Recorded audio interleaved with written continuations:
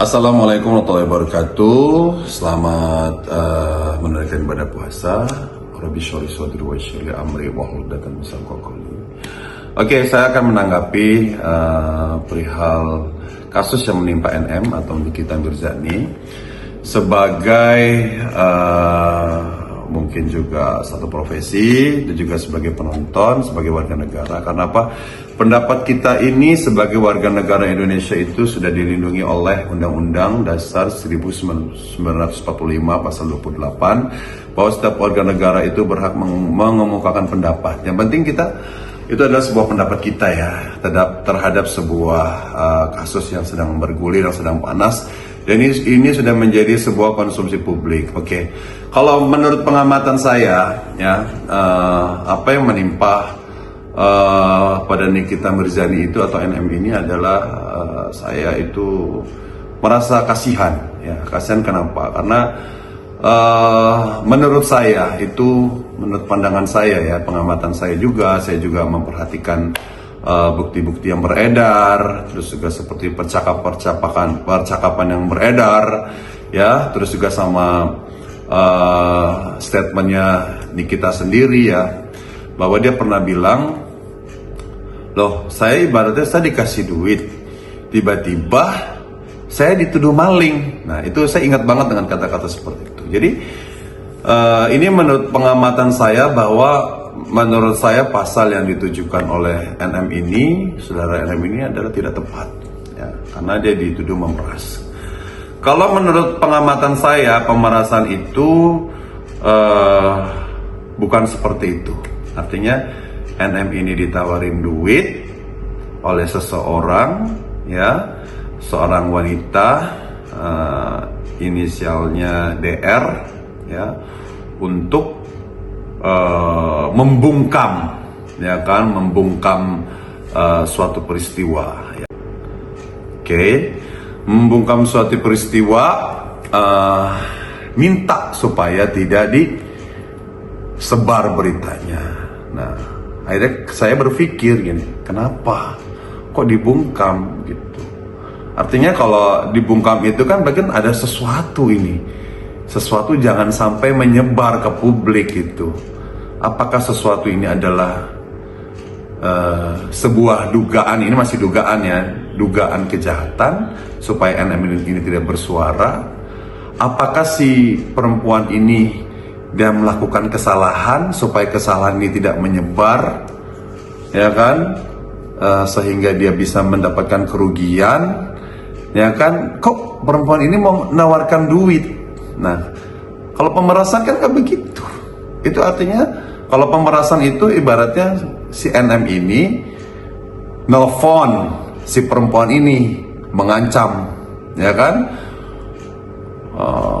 Mungkin ancamannya itu bisa merugikan gitu kan, merugikan dia dalam arti dia tidak ada salah, kok diancam. Nah itu baru namanya pemerasan gitu kan. Contoh misalkan si NM ini misalkan punya bukti, kalau si ini contohnya pemerasan ya, NM ini punya bukti si perempuan ini mungkin dia mabok-mabokan, atau misalkan dia itu tiba-tiba dia itu sedang ada foto bugil, ya kan, itu kan sebenarnya privasi, ya kan. Mabok-mabokan yang rugi diri dia sendiri, tidak merugikan orang lain, ya kan. Atau bugil juga, mohon maaf, diri dia sendiri. Nah dia mau nyebar nih, kalau nggak gue sebarin nih. Kalau lo nggak mau nyebarin, lo kasih gue duit. Nah itu pemerasan seperti itu contohnya kan.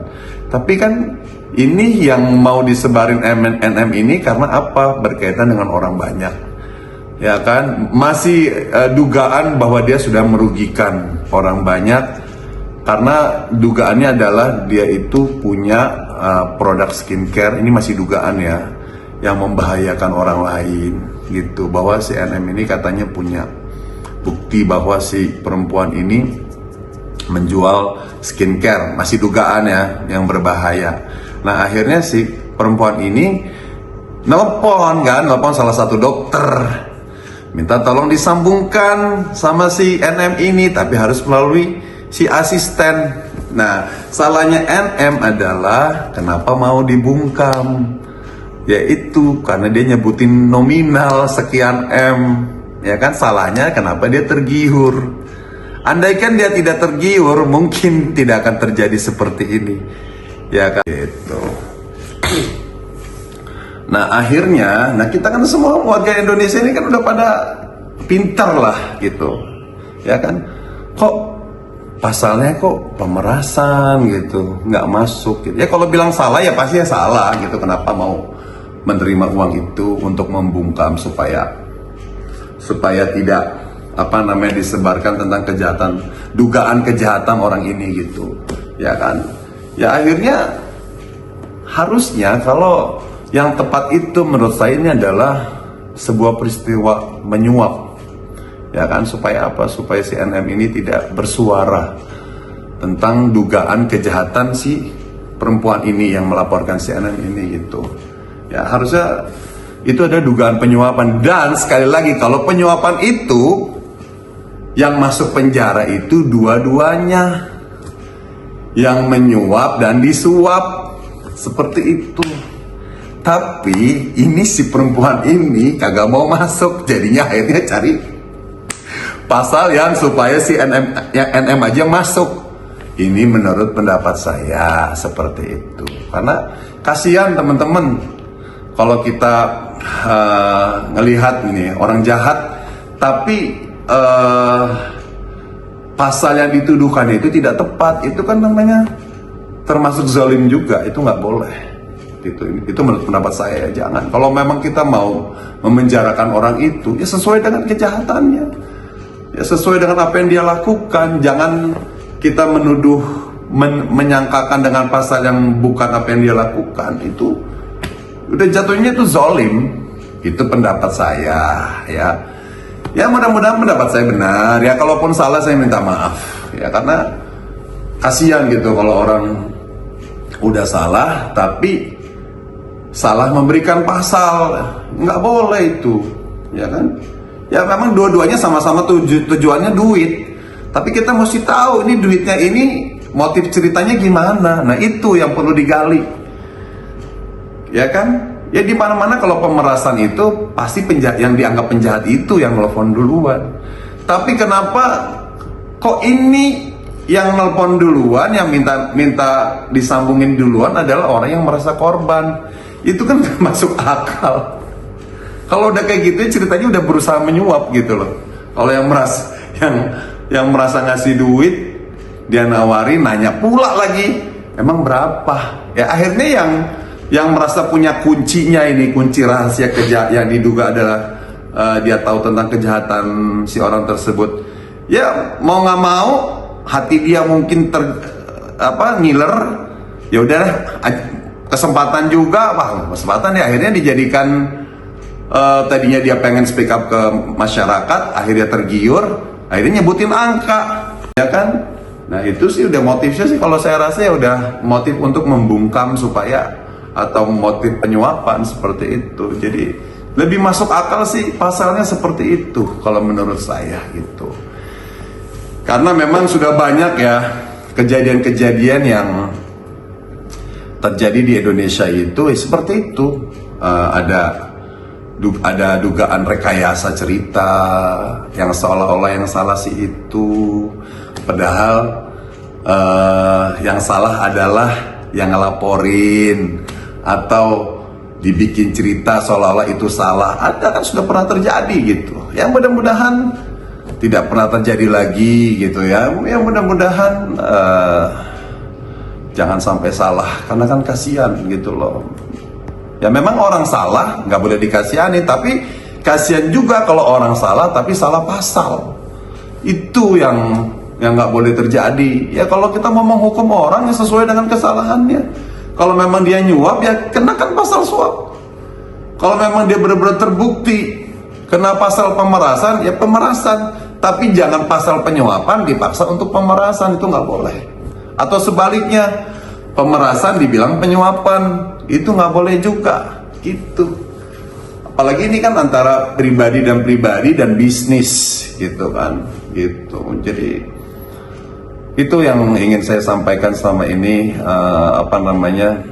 pendapat saya, karena saya gini-gini mengamati ya. Jadi mudah-mudahan pendapat saya bisa dipertimbangkan ya. Mudah-mudahan pendapat saya bisa menjadi sebuah pencerahan ya. Jangan sampai menaruh pasal yang salah terhadap seorang tersangka. Nah, masih tersangka, ya kan? Nanti akan memutuskan dalam pengadilan. Mudah-mudahan nanti, kalau memang masih tetap disangkakan dengan pasal pemerasan, ya, Bismillah, mudah-mudahan di pengadilan nanti, ya, NM akan mendapatkan keadilan yang seadil-adilnya. Kalau memang dia terbukti meras, ya, buktikan di pengadilan. Itu ada bentuk pemerasan. Tapi kalau dia adalah penyuapan, buktikan itu penyuapan. Ingat sekali lagi, kalau penyuapan itu benar-benar terbukti, ya, bahwa yang masuk penjara itu bukan hanya yang disuap, tapi yang menyuap pun, ya, itu wajib dikenakan pidana juga. Seperti itu. Oke? Terima kasih. Mohon maaf, saya tidak berpihak pada siapapun. Saya hanya mengungkapkan pendapat saya, pribadi saya, tanpa adanya tekanan dari manapun, karena saya adalah sebagai warga negara Indonesia yang mengetahui dan mendengar kasus ini. Artinya mengetahuinya maksudnya melihat bukti-bukti yang beredar, dan kita wajib harus menyuarakan sebuah kebenaran. Kita jangan diam aja gitu, karena kalau kita diam, bungkam terhadap sebuah kezaliman, ya semua akan membiarkan kezaliman itu terjadi. Tapi kalau kita berani bersuara sebagai warga negara yang dilindungi oleh undang-undang, insya Allah nanti kalau ada orang yang mungkin ya seperti salah tangkap, salah pasal, ya, itu nanti semuanya akan bisa terselamatkan. Ya, seperti saya dulu kemarin, ya kan, dituduh menggunakan narkoba, ternyata kan tidak, ya kan, alhamdulillah. Ya, itu harus, yang memang tidak benar, ya bilang tidak benar. Kalau memang ini salah, ya bilang salah gitu. Kalau memang ini pemerasan, bilang pemerasan. Kalau ini bilang penyuapan, ya penyuapan. Seperti itu, menuju Indonesia yang adil dan makmur dan sejahtera. Seperti itu. Terima kasih. Assalamualaikum warahmatullahi wabarakatuh. Salam dari saya, Kim Saiful Jamil.